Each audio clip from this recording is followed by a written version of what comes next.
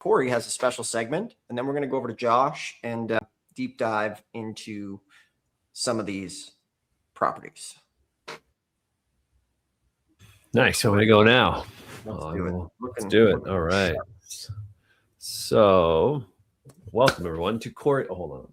Put on that cool hat. There we go. Welcome to Corey's tech segment. So, let me share my screen here, and then I'll see.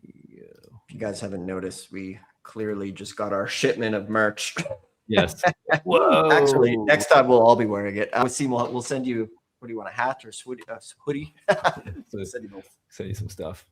I got a form you can fill out. Cool. Okay. So, I wonder, can I just do myself? Oh no, just me. You. Anyway, we can all be there. That's fine. Cool. So what I wanted to talk about today is just if for all of you who are looking at county lists and how we use regrid. So you want to look at parcel lines, parcel maps, as they say. And so we used to use a website called Landglide a lot, but since then we've been using a website called Regrid. So Regrid is just regrid.com. And then you come over here to Regrid app and then open the web app. And then basically it just gives you the county lines, the county map lines. And so you can input addresses or you can input parcels to find kind of what you're looking at. And so I just wanted to go over quickly a issue that you might have if you can't find them. So it makes it really easy if you do know where you're going. So I just went over to the Arkansas Commissioner of State Lands here. It's because it was the first thing that popped into my head. But what you can do is if it doesn't have an address, for instance, this doesn't have an address on it anywhere, just the owner's name, the county, and the parcel. And so what you can do is you can just copy this address like this, and then you can right click it. I use hotkeys, so I just hit Command C on my keyboard, and then we can come back over here and we can just paste it up here in the search bar, and we can see Pine Bluff, Arkansas. Now I can't confirm that that's the right place, but without further information. But what I can do here is now I can come down and I can see, okay, Pine Bluff, same parcel number, and we've got 110 West 73rd Ave, which is great. That's the address.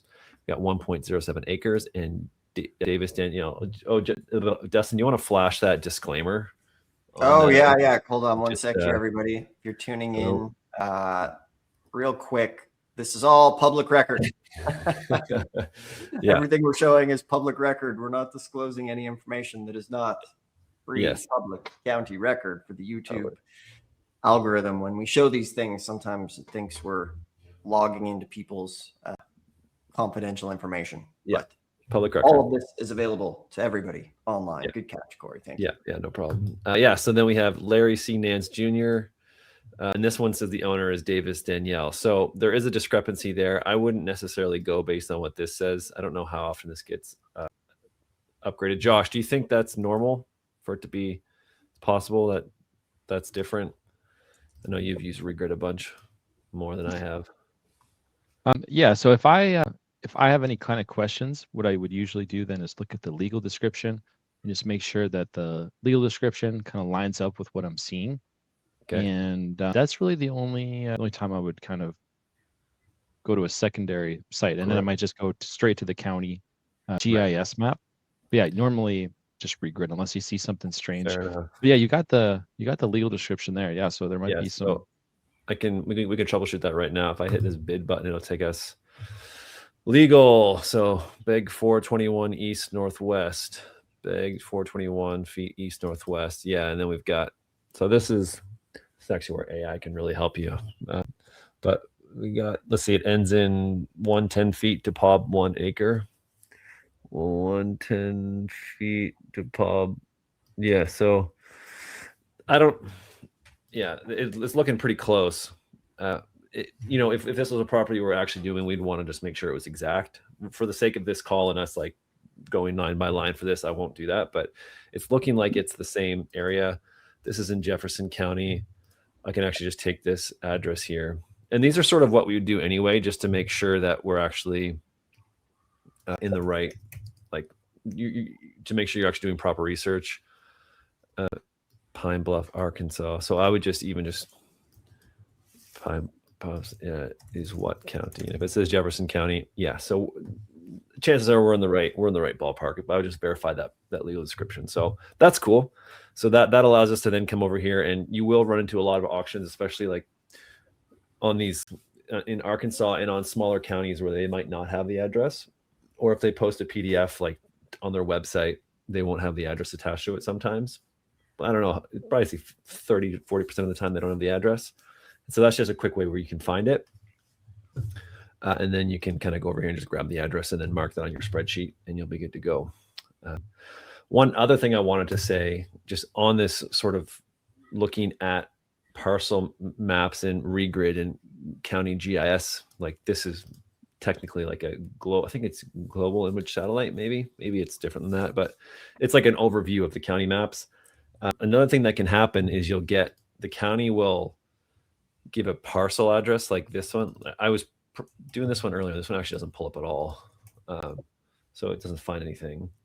But what's interesting is if you take off the first 2 digits of it, it actually pulls up this one in Pennsylvania, which we know we're not in Pennsylvania, or statistically, Arkansas county website's not going to put a Pennsylvania property on their website. So we can kind of rule that out as not being true.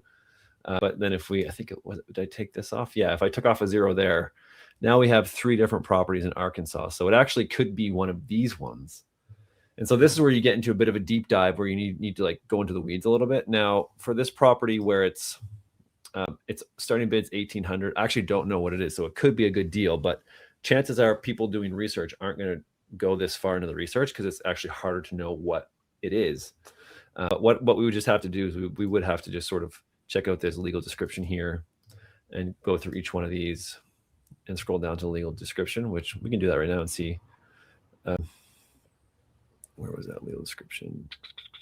Yeah, so we have BEG 421 featuring east northwest corner.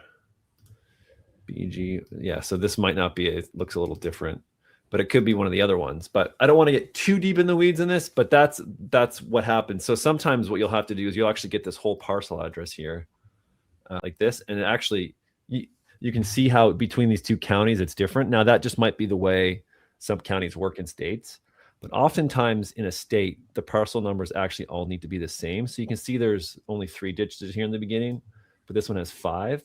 So that's why I took off the first few digits. And we can see here there's 3 zeros at the end, but this one has 4. And so oftentimes what you'll have to do is you'll actually have to modify the parcel number. You don't usually add numbers unless it's a 0, but usually you might need to take away stuff. And so that's a lot of information. One last thing to do, so I can melt your mind just a tiny bit more while you're here on this live stream with us, is one hack you can do is if you don't know what the parcel ID is supposed to look like let's say you do have this parcel ID like this, and you're like, it's just not pulling up. What you can do is you can just scroll into like, let's say let's go to Little Rock here and just have a look. I'll just zoom right into Little Rock, and I'll click on it. I'll click on an address, and I'll actually scroll down and see what the parcel ID looks like. And so here we have it's actually a different parcel ID, but they should all be very similar. So you can see they all start with 34L. And so I can even go pick another random parcel like this. Well, that was a dark click, but it's a cemetery. But it starts with 34L. And so I can actually tell based on this that I'm not even in the right spot. So maybe we'll go back to Pine Bluff here. So I can zoom right in. If I know that we're in Pine Bluff, I can click on a parcel and I can see, okay, well, there's 3 digits here. So let me zoom in. There's 3 digits here, and then there's a dash, and then there's 5 digits, and then there's a dash, and then there's 3 digits. So that's actually like for that county, that's how they organize their parcels. And so I can take that information and use it.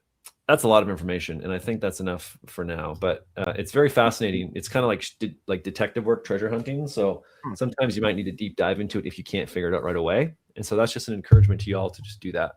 And it works the same with title information with Seem and Josh. Like as when they go to the auction, it's the same thing. You're kind of digging through all the information with title, trying to piece it together. And so it just takes a bit of persistence and practice, but you will get the hang of it. So thanks for listening, and take off my teaching hat now. Very cool. Oh, the teaching hat. Nice, nice. All right, I hope you enjoyed today's video, and I have a free gift for you for watching a free mini course called The ABCs of Tax Lien and Deed Investing. This is one of the best books on tax liens, and it is totally free as my gift to you for watching. In the description below. It'll walk you through tax liens from start to finish, along with the directories with all 1,500 tax lien and deed counties put here so that you don't have to go and search around the internet to find them on your own. So the other thing I have is, if you already have this book and you want to do a deep dive, my team and I have found an auction with a whole bunch of properties worth 200 to 300 grand, opening bids of just 1,600 bucks. So if you want to deep dive and attend an auction with some help, you can also schedule a free call below and we can discuss helping you in this business. Regardless, thanks for watching. You can check things out in the description below and enjoy the videos. We'll see you soon.